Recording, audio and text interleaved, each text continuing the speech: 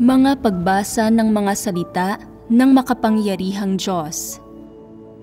Paglalantad sa mga Antikristo.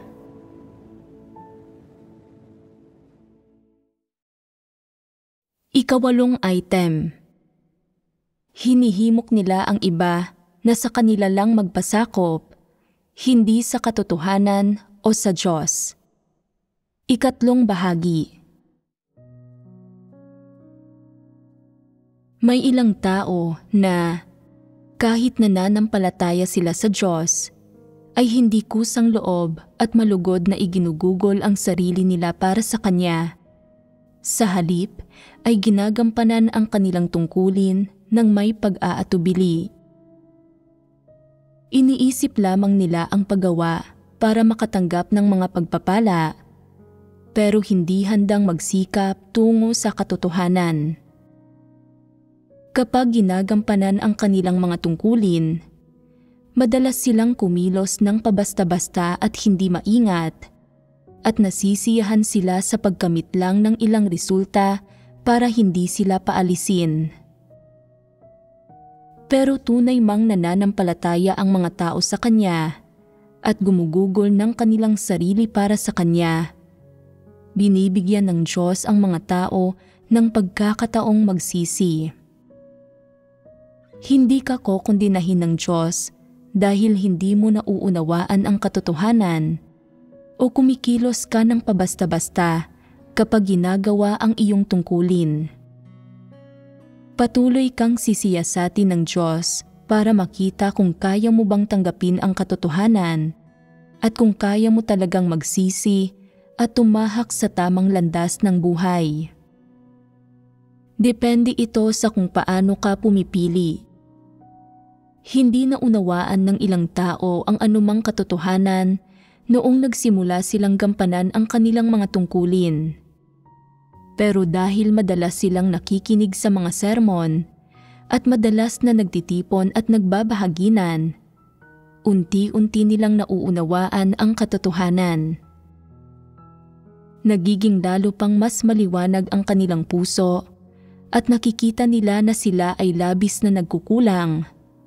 Walang anumang katotohanan at walang mga prinsipyo sa pagganap ng kanilang mga tungkulin. Gumagawa lang ng ilang gawain ayon sa kanilang sariling kagustuhan. Pakiramdam nila ay hindi alinsunod sa mga layunin ng Diyos ang ganitong pagganap ng kanilang mga tungkulin at nakakaramdam ng pagsisisi ang kanilang puso. Nagsisimula silang magsikap tungo sa katotohanan at nagkakamit sila ng lalo pang mas mahusay na mga resulta kapag gumaganap ng kanilang mga tungkulin. Katulad lang nito, sa isang banda, nagkakamit sila ng buhay pagpasok at sa isa pang banda, unti-unti silang nagiging kalipikado sa pagganap ng kanilang mga tungkulin. Ito ay isang taong kayang tanggapin ang katotohanan sa pagganap ng kanyang mga tungkulin. Habang unti-unting lumilinaw ang pagkaunawa niya sa katotohanan, malinaw niyang nakikita ang sarili niyang mga pagbubunyag ng katiwalian.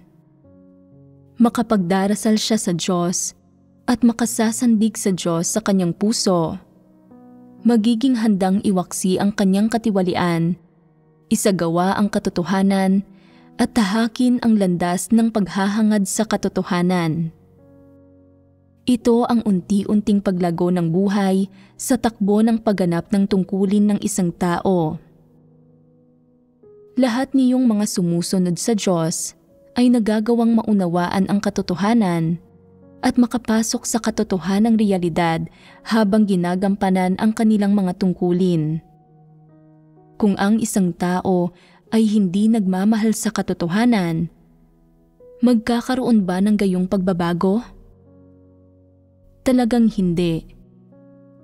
Ang ilang tao ay partikular na mayabang at palalo. Kapag nagpupunta sila sa sambahayan ng Diyos, lalo na pagkatapos gawin ang kanilang tungkulin, nagiging kapansin-pansin ang lawak nito. Habang nakakrus ang mga braso sa kanilang dibdib, o nakapamaywang, nagpapakita sila ng pagsuway at kawalang kasiyahan. Bakit napakayabang nila? Sa kanilang puso, sinasabi nilang, para manampalataya ako sa Diyos at gawin ang aking tungkulin, tinalikuran ko ang mundo, ang aking pamilya at ang aking trabaho. Hindi ba't mataas ang presyong ito? Napakarami kong tinalikuran para sa Diyos. Hindi ba't dapat bigyan ako ng kaunting kabayaran ng Diyos? Dagdag pa rito, ayon sa aking katayuan at kita sa lipunan, hindi ba't dapat bigyan man lang ako ng parehong pagtrato ng sambahayan ng Diyos? Ngayong ginagampanan ko ang aking tungkulin, hindi ba ako mabibigyan ng Diyos ng espesyal na pabor? Isa akong espesyal na talento, mas mahusay kaysa sa mga ordinaryong tao. Dapat magkaroon ako ng katayuan sa sambahayan ng Diyos. Kung kayang mamuno ng iba, kaya ko ring mamuno. Hindi dapat mas mababa kaysa sa iba ang katayuan ko, at dapat kong tamasahin ang pagtratong mas mataas kaysa sa mga ordinaryong tao. Higit sa lahat, matitiyak ba sa akin ng Diyos na tatanggap ako ng mga pagpapala at magkakaroon ng magandang hantungan sa hinaharap? Mula sa mga kaisipan sa kanilang puso, makikita natin na sila ay naparito para gumawa ng kasunduan sa Diyos, hindi para taimtim na igugol ang sarili nila para sa Kanya. Ang iniisip nila ay katulad ng kay Pablo. Gustong gawin ang kanilang tungkulin kapalit ng mga pagpapala ng Diyos. Pero mas masama ang dahilan nila kaysa kay Pablo. Mas mababa ito kaysa ng kay Pablo. Bakit ko ito sinasabi? Dahil totoong nagdusa si Pablo sa loob ng maraming taon na ipinalaganap niya ang Ebanghelyo, at ang mga bunga ng kanyang pagpapalaganap ng Ebanghelyo ay higit na mabuti kaysa sa mga ordinaryong tao. Kahit papaano, nilakbay ng kanyang mga yapak ang karamihan ng Europa. Nagtatag siya ng maraming iglesia sa buong Europa. Sa bagay na ito, hindi maikukumpara ang mga ordinaryong antikristo sa katwiran ni Pablo o kung gaano siya nagtrabaho. Pero ang taong kababanggit ko lang ay nagiging sobrang mayabang pagkatapos gawin ang kanyang tungkulin. Hindi ba't masyadong walang katwiran iyon? Lubos silang hindi makatwiran at tulad ng isang tulisan, kapag nasunggaban na nila ang pagkakataong makatanggap ng mga pagpapala, hindi na nila ito mapakawalan.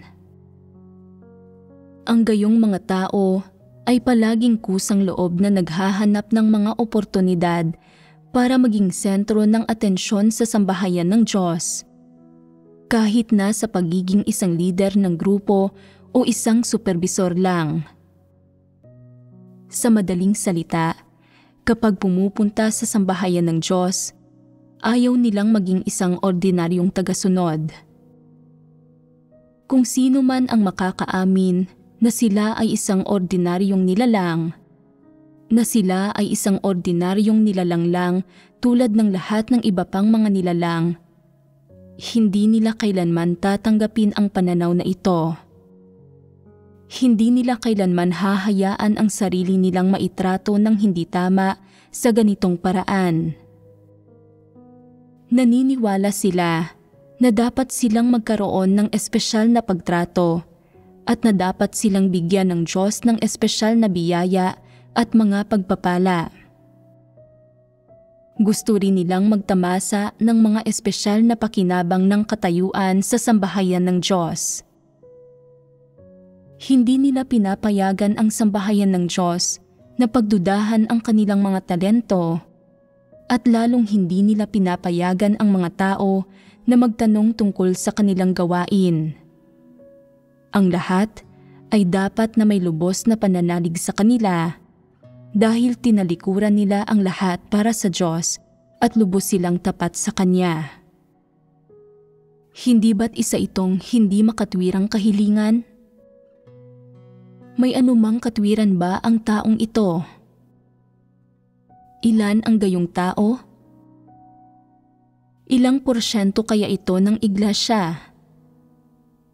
Palaging iniisip ng gayong mga tao na mayroon silang ilang abilidad at talento, kaya ipinagmamalaki nila kung gaano sila katalino. Kaya, ano ang ibig sabihin nitong tinatawag na talento? Ibig sabihin nito na kaya nilang magmalaki, magsalita ng maraming walang kapararakang bagay, magbago ng paraan ng kanilang pagsasalita depende sa kung sino ang kausap nila, at may mas mataas na kasanayan sa panlilinlang kaysa sa mga ordinaryong tao. Naniniwala silang ito ay talento at abilidad, at gusto nilang gamitin ang abilidad na ito para magyabang at manloko. Ano ang ibig sabihin ng tunay na talento? Ibig sabihin nito ay pagkakaroon ng mga espesyal na kasanayan. Nang likhain ng Diyos ang tao, binigyan niya ng iba't ibang espesyalidad ang iba't ibang uri ng tao. Ang ilang tao ay magaling sa panitikan, ang ilang tao ay magaling sa medisina, ang ilang tao ay magaling sa pag-aaral ng mga kasanayan, ang ilang tao ay magaling sa siyentipikong pananaliksik at iba pa. Ang mga espesyalidad ng mga tao ay ibinigay ng Diyos at hindi dapat ipagyabang. Anuman ang mga espesyalidad na mayroon ang isang tao, hindi ibig sabihin nito na nauunawaan niya ang katotohanan, at tiyak na hindi ibig sabihin nito na nagtataglay siya ng katotohanang realidad. Ang mga tao ay may partikular na mga espesyalidad, at kung nananampalataya sila sa Diyos, dapat nilang gamitin ang mga espesyalidad na ito para gawin ang mga tungkulin nila. Katanggap-tanggap ito sa Diyos. Ang pagyayabang sa isang partikular na espesyalidad o pagnanais na gamitin ito para gumawa ng mga kasunduan sa Diyos, masyadong wala itong katwiran. Hindi pinapaboran ng Diyos ang gayong mga tao. Alam ng ilang tao ang isang partikular na kasanayan, kaya kapag pumupunta sila sa sambahayan ng Diyos, pakiramdam nila ay mas nakatataas sila kaysa sa iba. Gusto nilang magtamasa ng espesyal na pagtrato, at pakiramdam nila ay garantisado ang trabaho nila panghabang buhay. Itinuturing nila ang kasanayang ito bilang isang uri ng kapital. Anong kayabangan? Kaya, paano mo dapat tingnan ang mga kaloob at espesyalidad na ito? Kung kapaki-pakinabang ang mga bagay na ito sa sambahayan ng Diyos, mga kasangkapan lang ang mga ito para sa pagtupad mo ng iyong tungkulin. Walang kinalaman ang mga ito sa katotohanan. Gaano man karami ang mayroon ka, ang mga kaloob at talento ay mga espesyalidad lang ng tao at walang kinalaman sa katotohanan. Ang iyong mga kaloob at espesyalidad ay hindi nangangahulugang nauunawaan mo ang katotohanan, at tiyak na hindi ibig sabihin ng mga ito na tinataglay mo ang katotohanang realidad. Kung ginagamit mo ang iyong mga kaloob at espesyalidad para gawin ang iyong tungkulin at gawin ang iyong tungkulin ng maayos, ginagamit mo ang mga ito sa tamang lugar, at ang paggamit nito ay sinasang-ayunan ng Diyos. Pero kung gagamitin mo ang iyong mga kaloob at espesyalidad para magyabang, magpatotoo sa iyong sarili, at magtayo ng isang independenteng kaharian, magiging malaki ang iyong mga kasalanan at magiging isa kang malubhang nakasalangsang sa Diyos. Ang mga kaloob ay ibinigay ng Diyos. Kung hindi mo kayang gamitin ang mga ito para gawin ang iyong tungkulin at magpatotoo sa Diyos, magiging masyado kang walang konsensya at walang katwiran at magiging labis ang pagkakautang mo sa Diyos. Napakatinding paghihimagsik nito. Pero gaano mo man kahusay ginagamit ang iyong mga kaloob at espesyalidad, hindi ibig sabihin nito na nasa iyo ang katotohanang realidad. Ang pagsasagawa ng katotohanan at pagkilos ng may prinsipyo ay nangangahulugang nasa iyo ang katotohanang realidad. Ang mga kaloob at talento ay palaging mga kaloob at talento. Walang kinalaman ang mga ito sa katotohanan. Gaano man karami ang iyong mga kaloob at talento, at gaano man kataas ang iyong reputasyon o gaano kataas ang iyong katayuan, hindi ito kailanman mangangahulugan na nasa iyo ang katotohanang realidad. Ang mga kaloob at talento ay hindi kailanman magiging katotohanan. Walang kinalaman ang mga ito sa katotohanan. Pero hindi ganito mag-isip ang mga antikristo at tiyak na ang mga bagay na ito ang pinahahalagahan nila ng malaki. Halimbawa, may ilang tao na may talento sa pag-arte. Pagkatapos gumanap ng papel ng bida sa isang pelikula na kinunan sa sambahayan ng Diyos, nagsisimula silang magpaimportante. Kahit na ang 3 tao na tumutulong sa kanila na maglagay ng make-up ay hindi sapat para matugunan ang kanilang mga pangangailangan. Ordinaryong tao lang sila noon, pero ngayong nananampalataya na sila sa Diyos, pagkatapos gawin ang tungkulin nila bilang artista, nagsisimula na silang magpaimportante. Hindi ba't nakikipaglaro sila sa kamatayan? Sa tingin ko, iyon mismo ang ginagawa nila. Hindi sila espesyal sa hitsura at karaniwan ang kanilang mga kasanayan sa pag-arte. Angkop lang sila sa pag-arte ng mga partikular na bahagi, kaya binigyan sila ng isa pang papel. Hindi ba't pagtataas ito sa kanila?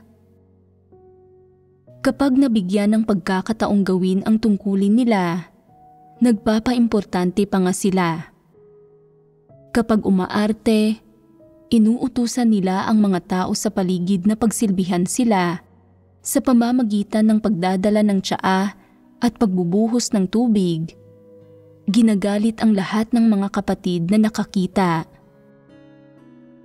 Sinabi kong, alisin mo sila. At kaya inalis sila ng iglesia. Hindi ba't dapat pinaalis ang mga taong ito?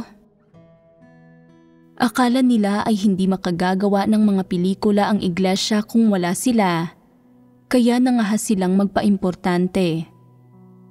Hindi nila inaasahan ang kahihinatnang ito. Idinulot ito ng kanilang kalikasan. Pinahahalagahan ng gayong mga tao ang kaalaman, talento, pagkatuto at karanasan. Masyado nilang pinahahalagahan ang mga bagay na ito, pero binabaliwala nila ang pinakamahalagang bagay, ang katotohanan. Hindi nila napapagtanto na naghahari ang katotohanan sa sambahayan ng Diyos. Kung hindi nila hahangarin ang katotohanan, gaano man kataas ang kanilang kaalaman o gaano kahusay ang kanilang galing sa pagsasalita, hindi nila magagawang manatili. Hindi magtatagal, mabubunyag at matitiwalag sila. Madali ba para sa mga tao na maunawaan ang kaunting doktrinang ito? Ang mga taong nananampalataya sa Diyos sa loob ng maraming taon, pero hindi ito maunawaan, ay mga tao lang na magulo ang isip na walang anumang halaga. Kung medyo may katwiran lang sila, Hindi sila magiging masyadong mayabang. Ang ganoong mga tao ay mga demonyo at mga satanas na nagkakanulo sa sarili nila. Ngayon, direkta kong tinukoy ang bagay na ito para maunawaan rin ninyo ito ng malinaw, para matukoy ninyo ng kaunti ang bagay na ito at maunawaan ito. Kung hindi ko ito tinukoy ng malinaw, magagawa ba ninyong makilala ito ng ganito? Magagawa ba ninyong alisin ang mga ito? Hindi nakikita ng mga tao ang problema, kaya kailangan kong maging prangka. Kung hindi ako prangka, hindi malulutas ang problema. Sa pagsandig sa ilang doktrina lang na nauunawaan ninyo, walang problemang malulutas.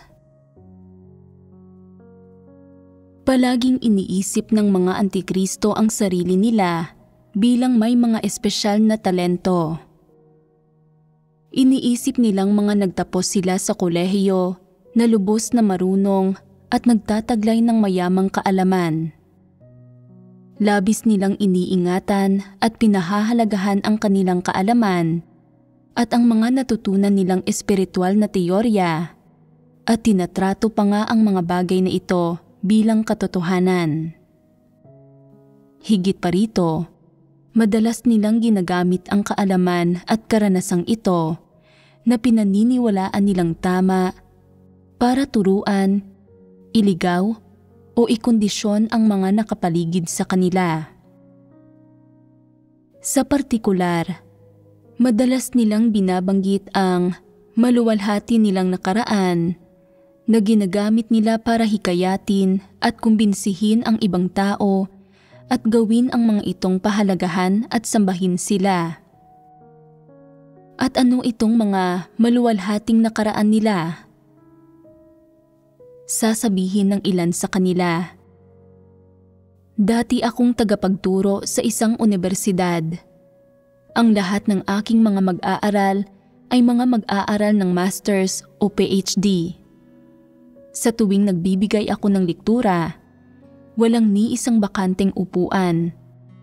Ang bawat isa sa mga estudyante ay nakaupong lubos na tahimik, nakatingin sa akin ng may pagsamba at paghanga sa kanilang mga mata.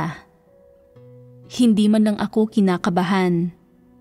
Kay dakila at kahanga-hanga nitong lahat.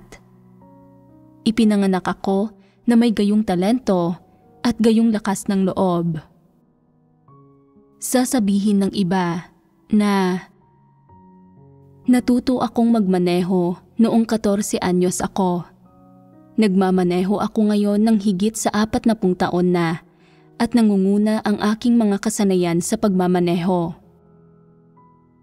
Ano ang ibig sabihin nila rito? Ang ibig nilang sabihin ay, ilang araw ka palang nagmamaneho. Ano ang alam mo? Ang isang batikang driver na katulad ko ay buong buhay nang nagmamaneho. Mayroon akong lahat ng uri ng karanasan. Sa hinaharap, dapat mo akong tanungin kung may bagay kang hindi nauunawaan. Dapat kang makinig sa sasabihin ko. Kapag mayroon silang ilang uri ng kasanayan, iniisip ng mga antikristo na pambihira ang kanilang sarili. Pinalalabas nilang mahiwaga ang kanilang sarili at pinagyayabang nila ang kanilang sarili at nagpapatotoo sa kanilang sarili. Ginagawang pahalagahan at sambahin sila ng iba. Kapag may kaunting lakas o kaloob ang ganitong uri ng mga tao, ito ay nagpapaisip sa kanila na mas mahusay sila kaysa sa iba at naghahangad na pamunuan ang mga ito. Kapag lumapit ang ibang tao sa kanila para sa mga kasagutan, tinuturuan sila ng mga antikristo mula sa itaas. At kung hindi pa rin nakauunawa ang mga taong iyon pagkatapos, iniuugnay na lamang nila ito basta sa pagkakaroon ng mga ito ng mababang kakayahan. Kahit nasa katunayan, ang mga antikristo mismo ang hindi nagbigay ng malinaw na paliwanag. Halimbawa, Kapag nakitang hindi kayang ayusin ng isang tao ang isang sirang makina, sasabihin ng isang antikristo na, "Paanong hindi mo pa rin alam kung paano ito gawin? Hindi ba't sinabi ko na sa iyo kung paano ito gawin? Ipinaliwanag ko ito ng malinaw, pero hindi mo pa rin ito nakukuha. Napakababa talaga ng iyong kakayahan. Bigo kang matuto sa tuwing tinuturuan kita kung paano ito gawin." Pero kapag hiningi ng taong iyon sa kanila na ayusin ang makina, titingnan nila ito ng matagal at hindi rin alam kung paano ito aayusin, at itatago pa nga nila mula sa taong iyon ang katunayan na hindi nila alam kung paano ito ayusin. Pagkatapos paalisin ang taong iyon, palihim na magsasaliksik ang antikristo at susubukang alamin kung paano ayusin ang makina, pero hindi pa rin niya ito maaayos. Hahantong sila sa pagbabaklas ng makina, magkakalat ng husto at hindi na magagawang maibalik ito sa dati. Pagkatapos, sa takot na makita ito ng iba, itatago nila ang mga piraso. Nakakahiya ba ang hindi malaman kung paano gawin ang ilang bagay? Mayroon bang sino mang kayang gawin ang lahat? Hindi nakakahiya ang hindi malaman kung paano gawin ang ilang bagay. Huwag kalimutang isa ka lang ordinaryong tao. Walang sino mang nagpapahalaga o sumasamba sa iyo. Ganoon lang ang isang ordinaryong tao, isang ordinaryong tao. Kung hindi mo alam kung paano gawin ang isang bagay, sabihin mo lang na hindi mo alam kung paano ito gawin. Bakit mo susubukang magbalat kayo? Kamumuhian ka ng mga tao kung palagi kang nagbabalat kayo. Hindi magtatagal, mailalantad mo ang iyong sarili, at sa oras na iyon, mawawala ang iyong dignidad at iyong integridad. Ito ang disposisyon ng isang antikristo. Palagi niyang iniisip ang kanyang sarili bilang isang taong alam gawin ang lahat, bilang isang taong kayang gawin ang lahat, na may kakayahan at may kahusayan sa lahat ng bagay. Hindi ba't magdadala ito sa kanya ng problema? Ano ang gagawin niya kung mayroon siyang matapat na saloobin? Sasabihin niya, "Hindi ako bihasa sa teknikal na kasanayang ito. May kaunti lang akong karanasan. Nagawa ko na ang lahat ng alam ko, pero hindi ko nauunawaan itong mga bagong problemang kinakaharap natin." Sa makatuwid, dapat tayong matuto ng ilang profesional na kaalaman kung gusto nating gawin ng maayos ang ating tungkulin. Ang pagpapakabihasa sa profesional na kaalaman ay magbibigay daan para epektibo nating magawa ang ating tungkulin. Ipinagkatiwala sa atin ng Diyos ang tungkuling ito, kaya may responsibilidad tayong gawin ito ng maayos. Dapat nating pag-aralan ang profesional na kaalamang ito batay sa isang saloobin ng pag-ako ng responsibilidad para sa ating tungkulin. Ito ay pagsasagawa ng katotohanan. Hindi ito gagawin ng isang taong may disposisyon ng isang antikristo. Kung may kaunting katwiran ang isang tao, sasabihin niyang, "Ito lang ang alam ko. Hindi mo ako kailangang pahalagahan at hindi ko na kailangang magpaimportante." Hindi ba't mapapadali niyon ang mga bagay-bagay? Miserable ang palaging pagbabalat kayo. Kung may isang bagay tayong hindi alam, pwede natin itong matutunan ng sama-sama at pagkatapos ay magtulungan ng maayos para gawin ang ating tungkulin ng maayos. Dapat tayong magkaroon ng responsabling saloobin. Pagkakita nito, iisipin ng mga tao, Mas mabuti ang taong ito kaysa sa atin. Kapag may dumating sa kanilang problema, hindi nila pikit-matang pinipilit ang kanilang sarili na lampasan ang kanilang mga limitasyon, ni hindi nila ito ipinapasa sa iba o tinatalikuran ang responsibilidad. Sa halip, inaako nila ito mismo at hinaharap ito ng may seryoso at responsabling saloobin. Ito ay isang mabuting tao na seryoso at responsable sa kanilang gawain at tungkulin. Mapagkakatiwalaan sila. Tama ang sambahayan ng Diyos na ipagkatiwala sa kanila ang mahalagang gampaning ito. Tunay na sinisiyasat ng Diyos ang kaibuturan ng puso ng mga tao. Sa paggawa ng kanilang tungkulin sa ganitong paraan, mapaghuhusay nila ang kanilang mga kasanayan at makakamit ang pagsang-ayon ng lahat. Paano nakakamit ang pagsang-ayon na ito?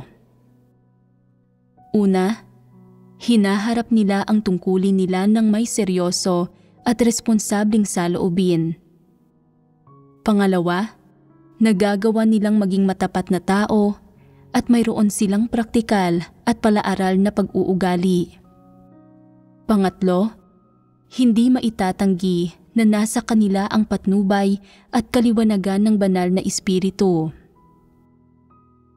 Ang gayong tao ay may pagpapala ng Diyos. Ito ay isang bagay na kayang kamtin ng isang taong may konsensya at katwiran.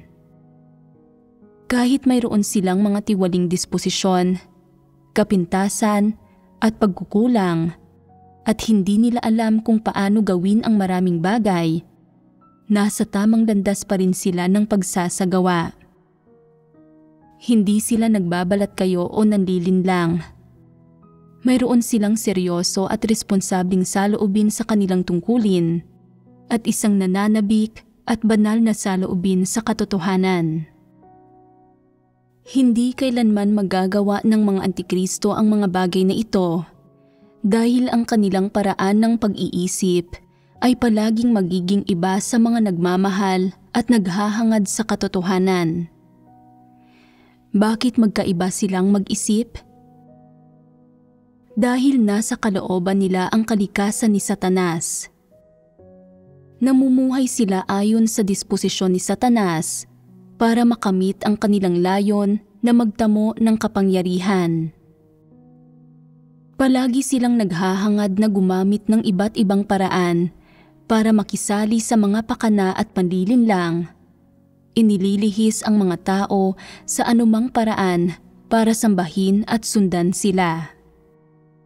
Sa makatwid, para maloko ang mga tao, hinahanap nila ang lahat ng uri ng paraan para magbalat kayo, mandaya, magsinungaling at manlinlang para mapaniwala ang iba na tama sila sa lahat ng bagay, na may kakayahan sila sa lahat ng bagay at na kaya nilang gawin ang anumang bagay. Na mas matalino sila kaysa sa iba, na mas marunong sila kaysa sa iba, na mas nakauunawa sila kaysa sa iba, na mas mahusay sila sa lahat ng bagay kaysa sa iba, at na nakahihigit sila sa iba sa lahat ng aspekto. Maging na sila ang pinakamahusay sa anumang grupo. Mayroon silang ganoong pangangailangan. Ito ang disposisyon ng mga antikristo. Kaya, natututo silang magpanggap bilang isang bagay na hindi sila, na nagbubunga ng bawat isa sa iba't ibang pagsasagawa at pagpapamalas na ito. Pag-isipan mo ito. Anong disposisyon ang tinataglay ng mga taong gustong magpanggap na isang bagay na hindi sila? Nagpapanggap sila na ano? Hindi sila nagpapanggap na demonyo o isang negatibong tao. Nagpapanggap sila bilang isang bagay na matayog, mabuti, maganda, at mabait, na maging isang bagay na pinahahalagahan at hinahangaan ng mga tao.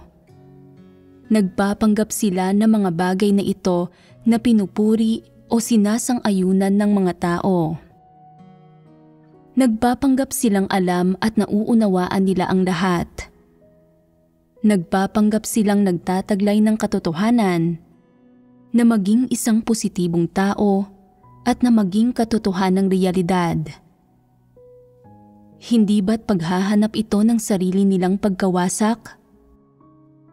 Mayroon ba sila ng realidad na iyon?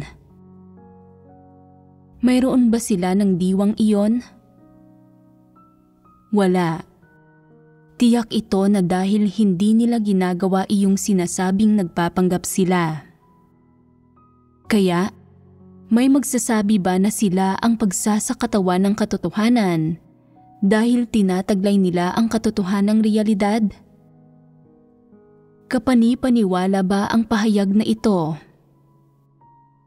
Kahit nagtataglay ka ng ilang katotohanang realidad, hindi talaga ikaw ang pagsasakatawan ng katotohanan. Kaya, ang sino mang nagpapanggap na pagsasakatawan ng katotohanan ay isang mapagmataas na individual at isang kakatuwang uri. Ang isang tao na nagtataglay ng kaunti lang ng katotohanang realidad, pero nangangahas na magpanggap na pagsasakatawan ng katotohanan ay parang isang patak lang ng tubig na nagsasabing siya ay isang malawak, walang hangganang dagat. Hindi ba't ito ang rurok ng kayabangan? Hindi ba't ito ay hayagang kawalang hiyaan? Para magpanggap ang isang tao na pagsasakatawan ng katotohanan, dapat na may puhunan siya para gawin ito. At ano ang ginagamit ng mga antikristo para magpanggap na pagsasakatawan ng katotohanan? Ito iyong mga bagay na kasasabi ko lang, kaalaman, karanasan, at mga aral. Kabilang dito ang mga espesyal na kasanayan at talento na nakukuha ng mga tao sa pag-aaral, gayon din ang mga kaloob na taglay nila pagkapanganak.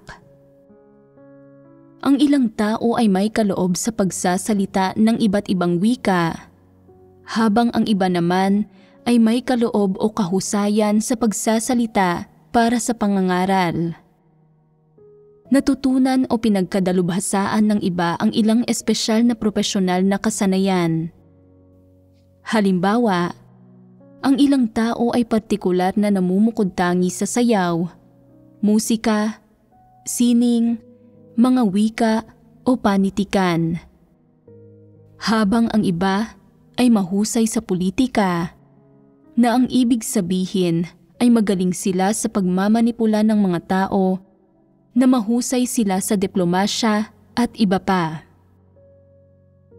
Sa madaling salita, kabilang dito ang mga taong may espesyal na talento mula sa lahat ng antas ng pamumuhay. Ang mga taong ito na may mga espesyal na talento o kaloob ay pwedeng walang isang partikular na katayuan o isang nakatakdang propesyon sa lipunan. Ang ilang tao ay nakatira sa maliliit na lugar, pero nakapagsasalita ng tungkol sa isang malawak na saklaw ng mga usapin mula sa nakaraan hanggang sa kasalukuyan ng malinaw at lohikal at sa isang partikular na mahusay na paraan. Kung ang mga taong may ganitong mga espesyal na talento ay may disposisyon ng isang antikristo, hindi sila makokontento sa mga kasalukuyang bagay kapag sila ay pumunta sa sambahayan ng Diyos. Magtataglay sila ng ilang ambisyon at pagnanais at unti-unti silang mabubunyag. Tungkol sa item ng pagpapanggap ng mga antikristo bilang pagsasakatawan ng katotohanan, kapag nagtamo na sila ng kaunting karanasan at kaalaman at natuto ng ilang aral na kanilang nakamit, kakatalakay lang natin ang saklaw ng naturang kaalaman, karanasan at mga aral. At ano ang naging focus ng talakayang ito? Pagpapanggap. Tama iyan. Ang pinakabuod ay pagpapanggap ng mga Antikristo na maging pagsasakatawan ng katotohanan. Kaalaman, karanasan, mga aral. Wala sa mga bagay na ito ang katotohanan. Wala talagang kinalaman ang mga ito sa katotohanan. Sumasalungat pa nga ang mga bagay na ito sa katotohanan at kinokondina ng Diyos. Tingnan ang kaalaman, halimbawa, maituturing bang isang anyo ng kaalaman ang kasaysayan? Oo. Paano nabuo ang kaalaman at mga aklat pangkasaysayan tungkol sa kasaysayan ng tao, kasaysayan ng ilang bansa o etnikong grupo, modernong kasaysayan, sinaunang kasaysayan, o maging ng ilang hindi opisyal na kasaysayan? Isinulat ang mga ito ng mga tao. Kaya, ang mga bagay ba na isinulat ng mga tao ay nakaayon sa tunay na kasaysayan? Hindi ba't salungat ang mga ideya at pananaw ng mga tao sa mga prinsipyo, paraan, at pinagkukunan ng mga pagkilos ng Diyos? Nauugnay ba sa tunay na kasaysayan ang mga salitang ito na binigkas ng tao? Walang kaugnayan. Sa makatwid, gaano man katumpak ang mga tala na nilalaman sa mga aklat pangkasaysayan, kaalaman lang ang mga ito. Kahit gaano kahusay magsalita ang mga historiador na iyon, at gaano kalohikal at kalinaw nilang isinalaysay ang mga kasaysayang ito, ano ang konklusyong makukuha mo pagkatapos makinig sa mga ito? Malalaman namin ang mga pangyayaring iyon. Oo, malalaman mo ang mga pangyayaring iyon. Pero isinasalaysay ba nila ang mga kasaysayang ito para lang ipaalam sa iyo ang tungkol sa mga pangyayaring iyon? May partikular silang ideya na gusto nilang iindoktrina sa iyo. At ano ang focus ng kanilang indoktrinasyon? Ito ang kailangan nating suriin at himayin. Hayaan ninyo akong magbigay ng isang halimbawa para maunawaan ninyo kung ano ang gusto nilang iindoktrina sa mga tao. Pagkatapos balik-aralan ang kasaysayan mula sa sinaunang panahon hanggang sa kasalukuyan, nakabuo ang mga tao sa huli ng isang kasabihan. Naobserbahan nila ang isang katotohanan mula sa kasaysayan ng tao na kinukuha ng mga nagwagi ang korona at walang nakukuha ang mga talunan. Kaalaman ba ito? Nagmula ang kaalamang ito mula sa mga katunayang pangkasaysayan. May kinalaman ba ang kasabihang ito sa mga paraan at pinagkukunan kung paano pinanghahawakan ng Diyos ang kataas-taasang kapangyarihan sa lahat ng bagay? Wala. Sa katunayan, kabaligtaran ito. Sumasalungat at tumataliwas ito sa mga ito. Kaya, naindoktrinahan ka na ng kasabihang ito, at kung hindi mo nauunawaan ang katotohanan, o kung ikaw ay isang walang pananampalataya, ano marahil ang maiisip mo pagkatapos marinig ito? Paano mo maiintindihan ang kasabihang ito? Una sa lahat, inililista lahat ng mga historiador o aklat pangkasaysayan na ito ang mga ganitong uri ng pangyayari, gamit ang sapat na ebidensya at mga pangyayaring pangkasaysayan para patunayan ang katumpakan ng kasabihan. Sa simula, pwedeng natutunan mo lang ang kasabihang ito mula sa isang libro at alam mo lang ang mismong kasabihan. Pwedeng nauunawaan mo lang ito sa isang antas o sa isang partikular na lawak hanggang sa mabatid mo ang mga pangyayaring ito. Pero sa sandaling marinig mo ang mga makasaysayang katunayang ito, lalalim ang iyong pagkilala at pagtanggap sa kasabihan.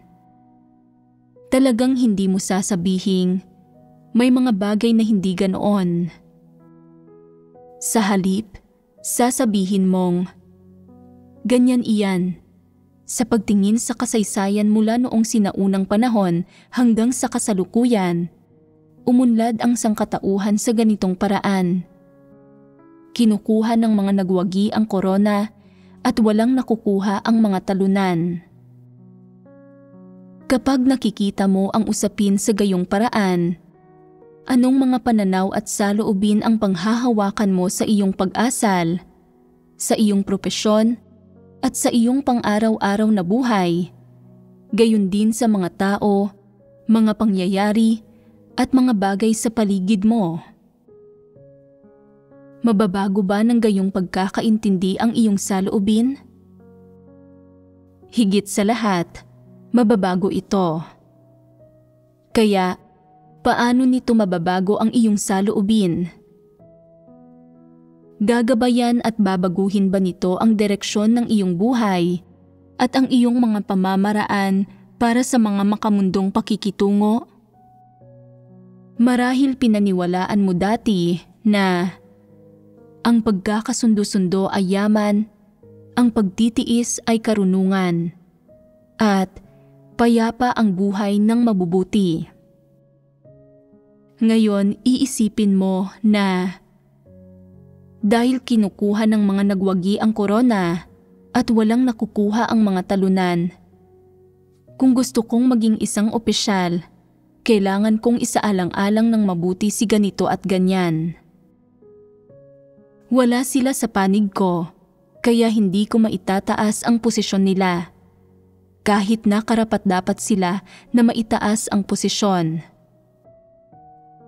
Habang iniisip mo ang mga bagay sa ganitong paraan, magbabago ang iyong saloobin at mabilis itong magbabago.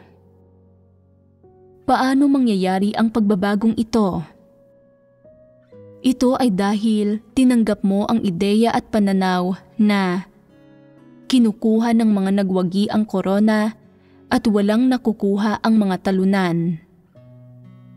Ang pagdinig ng maraming katunayan ay lalo lang sa iyong magpapatibay sa pagiging tama ng pananaw na ito sa totoong buhay ng tao. Lubos kang maniniwala na dapat mong ilapat ang pananaw na ito sa iyong sariling mga pagkilos at pag-uugali para hangarin ang iyong buhay sa hinaharap at kinabukasan. Hindi ka ba mababago ng ideya at pananaw na ito? At habang binabago ka nito, gagawin ka ring tiwali nito.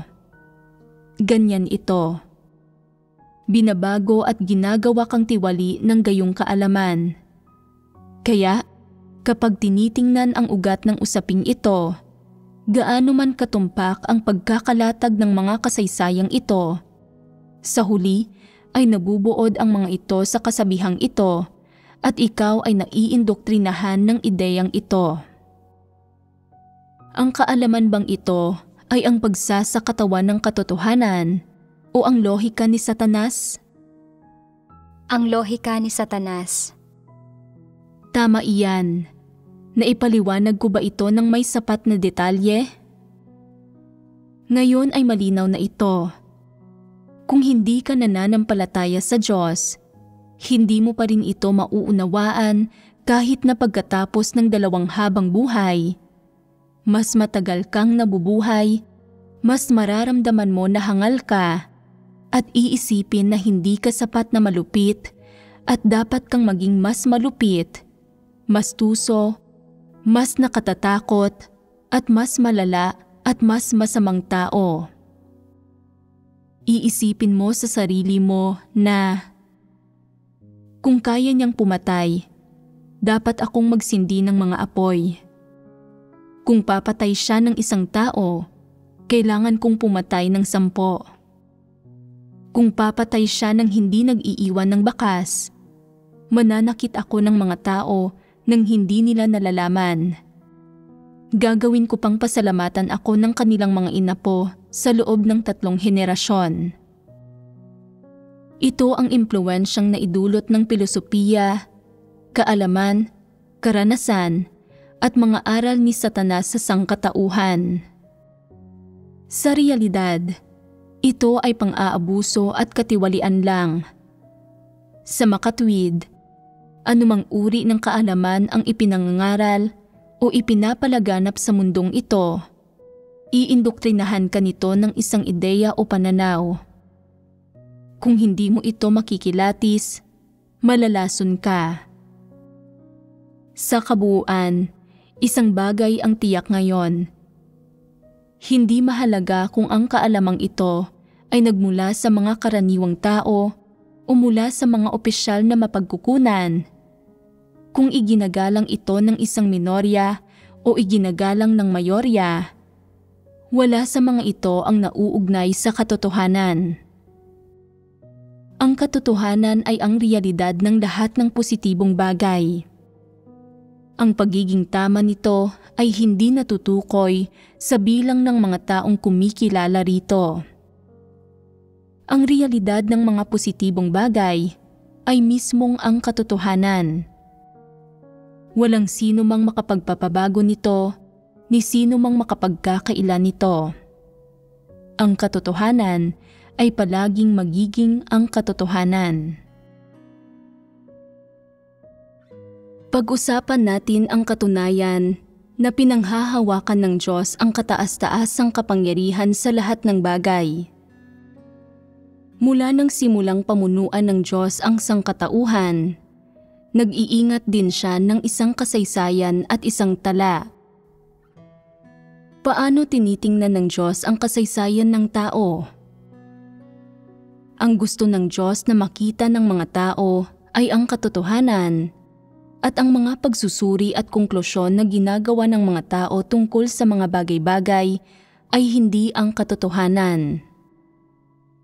Pero bakit hindi tinitingnan ng mga tao ang kasaysayan batay sa mga salita ng Diyos at sa katotohanan?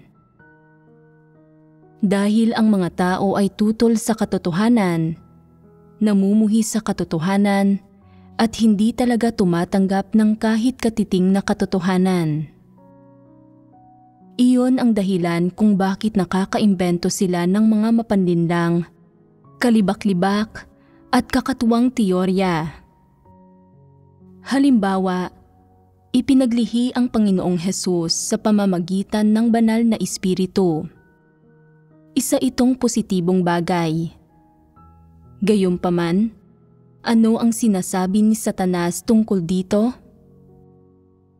Hindi kinikilala ni Satanas ang katotohanan ng paglilihi sa pamamagitan ng banal na espiritu at nilalapastangan pa nga na ang Panginoong Hesus ay isang bastardo na isinilang siya ng tao. Ginagamit ni Satanas ang pinakamaruming salita ng sangkatauhan, isang pagpapahayag na kinukutya at hinahamak ng mga tao at inilalapat ito sa kapanganakan ng Panginoong Hesus. Hindi ba ito pagbabaluktot ng mga katunayan? Ang paglilihi sa pamamagitan ng banal na espiritu ay gawain ng Diyos. At anuman ang anyo nito, isang bagay ang tiyak tungkol sa gawain ng Diyos. Ito ang katotohanan, ang hindi nababagong katotohanan. Kaya, bakit hindi tinatanggap ni Satanas ang gayong malinaw na katunayan? Isang katunayang dati ng paunang itinakda at nasaksihan ng Diyos. Bakit hindi ito pinapansin ni Satanas at inilarawan pa ang Panginoong Hesus bilang isang anak sa labas na isinilang ng tao? Namumuhi ito sa katotohanan, namumuhi ito sa mga positibong bagay. Sinasadya nitong siraan ang Diyos. Si Satanas ang higit na nakakaalam sa katunayang ito. Ganap na malinaw nitong nakikita ito sa espiritual na mundo. Kaya bakit nito ginagawa ito? Ano ang motibo nito? Ano ang intensyon nito? Bakit pinalalaganap nito ang gayong pahayag? Sinasadya nitong hamakin at siraan ang Diyos. Ano ang layunin nito sa paninira sa Diyos? Para mapaniwala ang mga tao na anak sa labas si Jesus, makita itong kahiya-hiya at sa ganoon ay hindi sila maniwala sa Kanya. Iniisip ni Satanas, kung walang pananalig sa iyo ang mga tao, hindi mo magagawang tapusin ang iyong gawain, hindi ba? Sa realidad, ang katotohanan ay palaging magiging katotohanan. Kahit tinanggihan ito ng buong sangkatauhan noong panahong iyon, makalipas ang 2,000 taon, ang Panginoong Hesus sa huli ay may mga tagasunod at mga tao na pumupuri sa Kanya sa buong mundo. Prominenteng ipinakikita ang krus sa lahat ng dako at nabigo si Satanas. Nagtagumpay ba ang pahayag ni Satanas? Hindi ito nagtagumpay. Sa makatwid, hindi ito ang katotohanan. Hindi ito nagtagumpay at walang silbi ang paninira sa Kanya.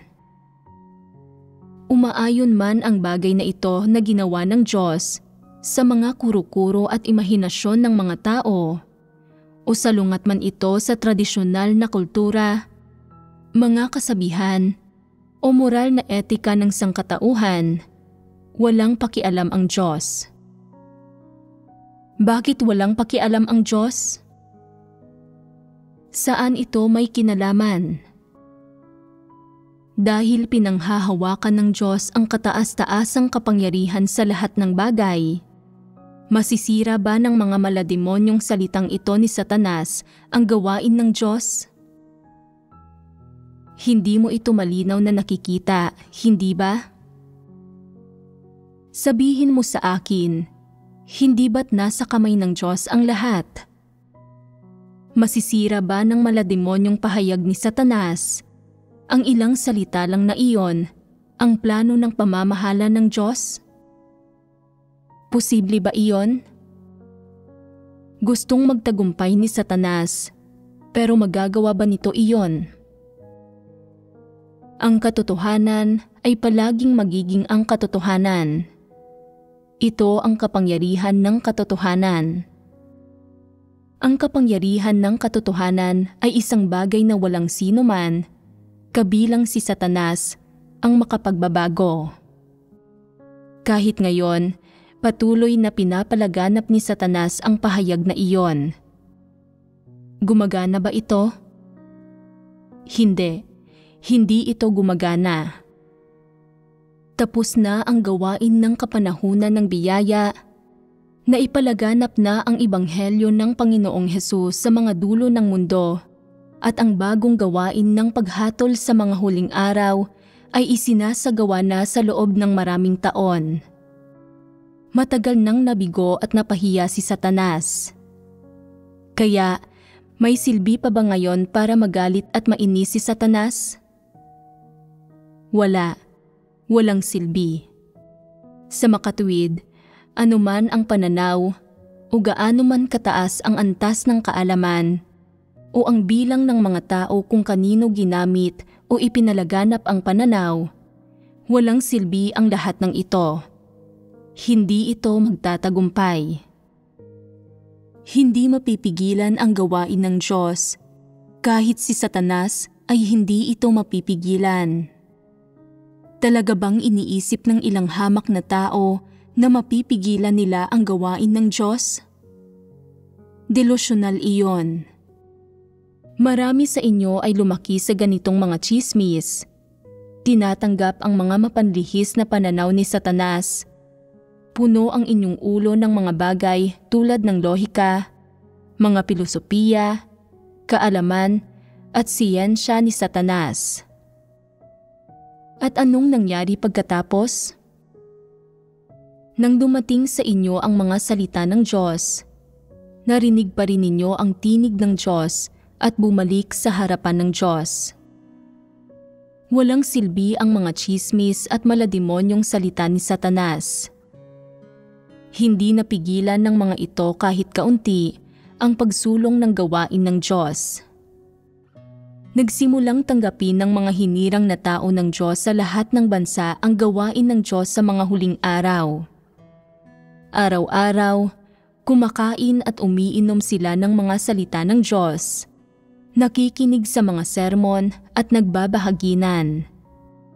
Ginagawa nila ang mga tungkulin nila sa Diyos at nagpapatotoo sa Kanya. Pinagbubulay-bulayan ito ni Satanas.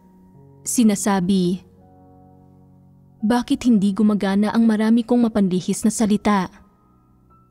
Napakaraming bagay ang ginawa ko para sugpuin, arestuhin, at abusuhin ang hinirang na mga tao ng Diyos. Bakit wala man lang epekto ang mga ito? Bakit sa halip ay dumarami ang mga mananampalataya ng Diyos?" Pagkatapos ay nalalaman nito sa puso nito na tunay na makapangyarihan ang Diyos, na pagkatapos nito ay lubusan itong napapahiya. Kaya ang kasabihang, laging magagapi si Satanas sa mga kamay ng Diyos. Isa ba itong katunayan? Tunay na ang mga salita ng Diyos ang makatutupad ng lahat. Nagseserbisyo si Satanas at ang lahat ng diablong hari sa Diyos. Sa mga kamay ng Diyos, sila ay mga bagay sa pagseserbisyo at mga hambingan. May kinalaman ba sa atin ang mga bagay sa pagseserbisyo at mga hambingang ito? Wala. Walang kinalaman sa atin ang mga bagay na ito. Kailangan lang nating pagtuunan ang pananampalataya sa Diyos. Wala tayong kinalaman sa kanila. Hari man sila o tulisan, sila ay kay Satanas at lilipulin sila. Kailangan lang nating sumunod sa Diyos ng buong puso, magpakailanmang ipagkakanulo si Satanas at sumasama lang sa Diyos. Ito ang tamang gawin. Nagbigay ako ng isang halimbawa ng kaalaman at karanasan, kaya dapat mong maunawaan ang mga bagay na ito nang medyo mas tumpak ngayon. Ano ang layunin ng pagbabahaginan tungkol sa mga bagay na ito? Sa isang banda, ito ay para bigyang kakayahan kayong gamitin ang mga katunayan at halimbawang ito para makilatis ang mga antikristo at makilala rin ang aspektong ito ng disposisyon ng mga antikristo sa inyong sarili. Sa isa pang banda, hindi ba't mapipigilan ng ganitong uri ng talakayan ang ilang tao na kumilos ng walang ingat? Sa nakalipas, mahilig umasa ang mga partikular na tao sa karanasan at mga makalumang paraan sa pagganap ng kanilang tungkulin, at kumapit sila sa mga sarili nilang paraan ng paggawa ng mga bagay-bagay. Kaya, nagambala at nagulo nila ang gawain ng sambahayan ng Diyos, at dahil dito ay pinakitunguhan sila. Pinahalagahan nila higit sa lahat ang mga luma nilang gawi at karanasan. Hindi kailanman isinasaalang-alang ang pinakamahahalagang bagay, kung ano ang sinabi o hiningi ng Diyos sa mga tao, o kung paano sumunod sa katotohanang prinsipyo. Matigas din ang ulo nilang kumapit sa mga luma nilang gawi, at dagdag pa rito ay gumamit ng isang walang katuturang lohika bilang batayan para dito. Palagi na natin itong ginagawa sa ganitong paraan. Palagi itong ginagawa ng ganito kung saan kami nagmula. Ganito ito ginawa ng aming mga ninuno. Bakit palagi nilang binibigyang diin ang mga bagay na ganito? Pinatunayan nito na hindi nila tinanggap ang mga bagong bagay, na hindi nila tinanggap ang katotohanan. Hindi nila makita ang pagiging mahina, atrasado, at katawa-tawa ng mga makalumang paraang ito. Hindi nila alam na may mga bagong paraan ng paggawa ng mga bagay-bagay, mga paraan na mas makabago mas tumpak at mas angkop. Palagi silang nananatili sa mga makaluma nilang paraan, sumasandig sa luma nilang karanasan, iniisip na medyo makabago sila, na nagsasagawa sila ng katotohanan. Hindi ba't mga kakatuwang uri ito? Ganito palagi ito ginagawa kung saan kami nagmula. Sa paraang ginawa ko noon. Ganito namin ito palaging ginagawa. Mapapalitan ba ng mga lumang paraan ng mga sinaunang bagay na ito ang mga katotohanang prinsipyo? Ang paggawa ba ng mga bagay-bagay sa makalumang paraan ay nangangahulugan na ang isang tao ay nagsasagawa ng katotohanan? Walang nauunawaan ang mga taong iyon, ni wala silang nauunawaan sa anumang bagay. Hindi ba't sila ay matatandang makalumang tao na kumakapit sa mga dating gawi at matitigas ang ulo? Napakahirap para sa mga taong tulad nito na tanggapin ang katotohanan. Sabihin mo sa akin, bago o luma man ang isang bagay, paano mo ito haharapin? Paano mo ito pakikitunguhan? Ano ang iyong batayan sa pakikitungo rito? Kung ang bawat isa ay may limitadong kaalaman lang tungkol sa isang bagay, paano mo ito haharapin sa paraang tama at naaayon sa mga prinsipyo? Dapat mo munang tanungin ang isang taong may kaugnay na kadalubhasaan sa larangang ito. Hanggat nakakahanap ka ng isang maalam na tao, magkakaroon ka ng isang landas. Kung hindi ka makahanap ng isang maalam na tao, ganap mong malulutas ang issue sa pagpunta online para humingi ng payo o maghanap ng impormasyon. At habang naghahanap ka, kailangan mo pa ring magdasal sa Diyos at sumangguni sa Kanya. Hayaan ang Diyos na magbukas ng 100 pasulong. Ano ang tawag natin dito? Tinatawag natin itong mga prinsipyo ng pagsasagawa. Iniisip ng ilan sa inyo, ako ay isang profesional sa larangang ito na may mayamang karanasan. Nakatanggap pa nga ako ng mga parangal para sa paggawa nito, kaya mayroon ako ng puhunang ito. Dahil ipinagkatiwala sa akin ang gawaing ito, ako ang tagapamahala. Mayroon akong awtoridad na gumawa ng mga desisyon at ako ang bahala sa lahat. Ang lahat ay dapat sumunod sa mga utos ko at sundin ako.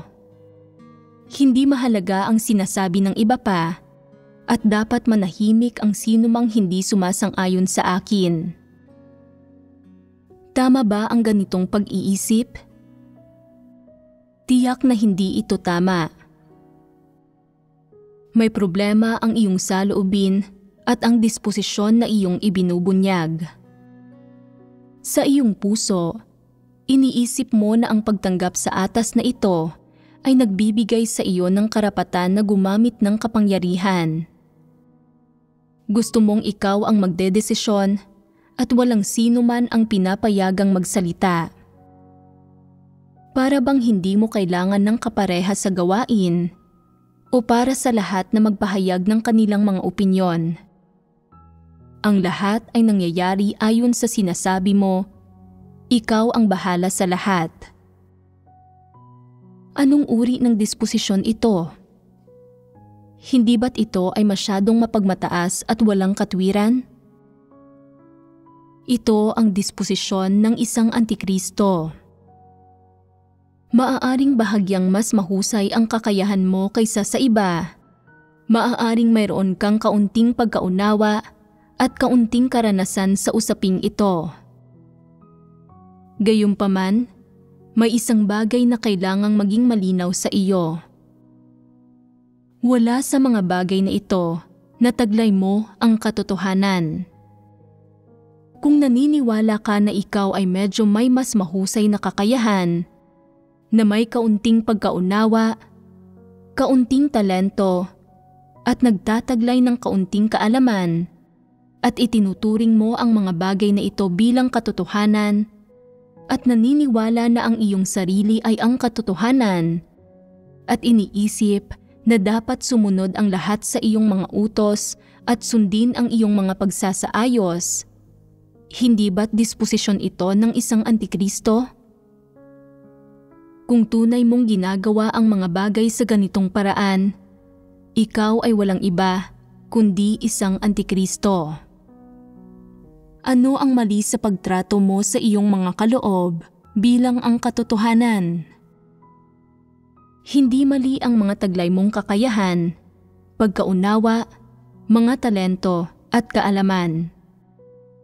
Kaya ano ang hinihimay natin dito? Ang hinihimay natin dito ay ang iyong disposisyon. Isang tiwaling disposisyon na dinadala mo sa likod ng mga bagay na ito. Isang mapagmataas na disposisyon. Isang nagmamagaling na disposisyon. Kapag tinatrato mo ang iyong mga kaloob bilang katotohanan, naniniwala kang nasa iyo ang katotohanan dahil taglay mo ang mga kaloob na ito. Pinapalitan mo ang katotohanan ng gayong mga kaloob, kaya anong uri ng disposisyon ito? Hindi ba't ito ang disposisyon ng isang antikristo? Tinatrato ng lahat ng mga antikristo ang mga sarili nilang kaisipan, sarili nilang pagkatuto, mga kaloob, at mga talento bilang ang katotohanan. Iniisip nila na sa pagtataglay ng mga kaloob na ito, tinataglay nila ang katotohanan. Kaya naman, hinihingi nila sa iba na sundin sila, sumunod sa kanilang mga utos, at sundin ang kanilang kapangyarihan. Dito nagkakamali ang mga antikristo. Tinataglay mo ba talaga ang katotohanan?